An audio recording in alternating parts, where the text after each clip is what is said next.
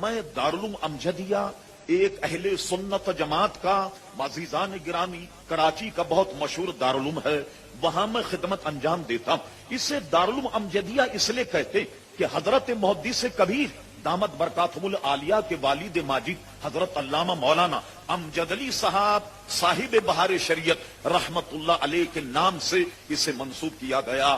میں نے کبھی نہیں سنا کہ کوئی آدمی مجھ سے آن کر یہ کہے کہ مولانا میں 20 میل کے فاصلے سے اس لیے آیا کہ مجھے کوئی پیارے مصطفی ارشاد تو سنا دو، میں 10 میل کے فاصلے سے اس لیے آیا کہ تم حضور کا ایک گویا مجھے ارشاد سنا دو۔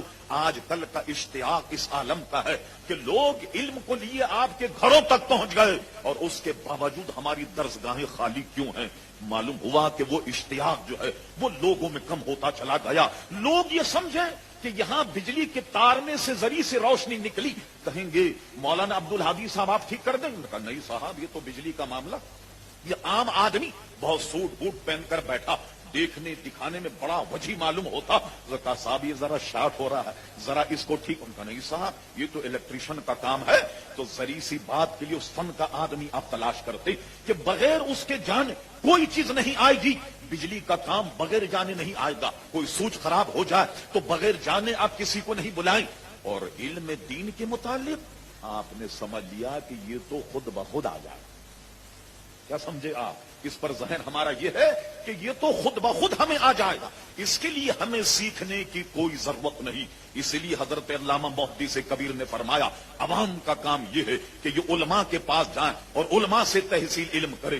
حضرت عزیز ملت نے رات ایک حدیث کا تذکرہ کیا، سمجھنے کے لیے بہت کافی ہے۔ حضور کا ارشاد کہ اے میرے غلاموں، تمہاری کیفیت 4 ہونی چاہیے، اگر اس کے علاوہ تمہاری کیفیت ہو تو تمہیں ہلاک کر دے گی۔ ایک تو یہ کہ تم خود عالم ہو جاؤ، جب تم عالم ہو جاؤ گے کتاب و سنت میں اپنے زندگی کے گزارنے کا معاملہ خود ہی دیکھ لو گے، لوگوں کو بھی سکھاؤ، خود بھی سیکھ گئے۔ چلو مان لیا کہ ہر شخص عالم نہیں، تو تم ایسی زندگی گزارو کہ طالب علم ہو جاؤ، کہ آج ایک لڑکا طالب علم ہے، 6-8 برس کے بعد عالم ہو جائے گا۔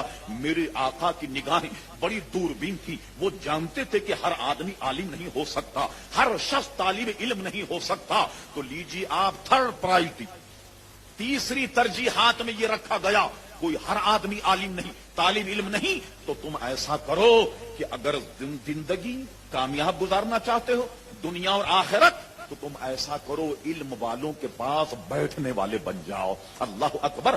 ہم نے دیکھا کہ علم والوں کے پاس بیٹھنے والے جو لوگ ہیں وہ بھی بہت کچھ سیکھ گئے۔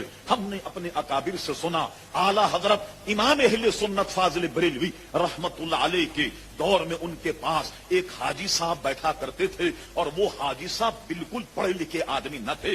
علماء اعلی حضرت کے وصال کے بعد جب خانقاہ میں آتے، کسی مسئلے پر بحث ہوتی تو کتابوں کو جب تلاش کرتے اور مسئلہ مشکل سے ملتا ہوا نظر آتا، کوئی کہتا ارے بھائی حاجی صاحب سے پوچھ لو کہ حاجی صاحب کچھ یاد ہے آپ کو کہ اعلی حضرت کے زمانے میں کسی نے یہ مسئلہ پوچھا ہو تو اعلی حضرت نے کیا جواب دیا؟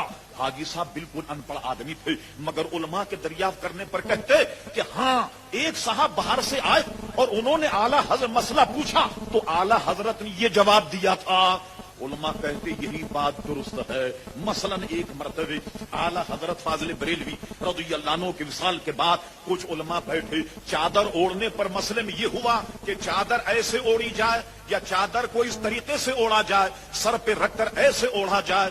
اس وقت علماء جزیہ تلاش کر رہے تھے، اتنے میں حاجی صاحب آ گئے، اور ان کا صاحب مسئلہ آسان ہو گیا۔ حاجی صاحب یہ بتائیے کہ کبھی اعلی حضرت کو سردی میں کوئی چادر تو اوڑھتے ہوئے دیکھا ہوگا، ان کا کیسے اوڑھتے تھے؟ کہا اس طرح سر سے اوڑھا کرتے تھے۔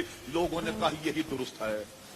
فرمایا یا تو علم والوں کے پاس بیٹھنے والے بن جاؤ، نعرے تو بہت کچھ آ جاتا، نعرے رسالت، تب بھی بہت کچھ آ جائے گا۔ اس کے بعد فرمایا اب تمہاری چوتھی کیفیت سنو کیا ہے، اگر یہ کیفیت میں اپنے آپ کو نہ پاؤ سمجھ لو کہ تم ہلاک ہو گئے۔ اور وہ کیفیت یہ ہے علم والے بھی نہیں، طالب علم بھی نہیں، علم والوں کے بیٹھنے والے بھی نہیں، تو ایسا کرو علم والوں سے محبت کرنے والے بن جاؤ۔ اللہ اللہ! معلوم ہوا کہ علم والوں کے ساتھ محبت کرنے میں بھی ایک نجات کا چوتھا راستہ ہے۔ اور 5ویں اگر تمہاری کوئی کیفیت ہے تو سمجھ لو کہ تم ہلاک ہو جاؤ گے۔ عزیزان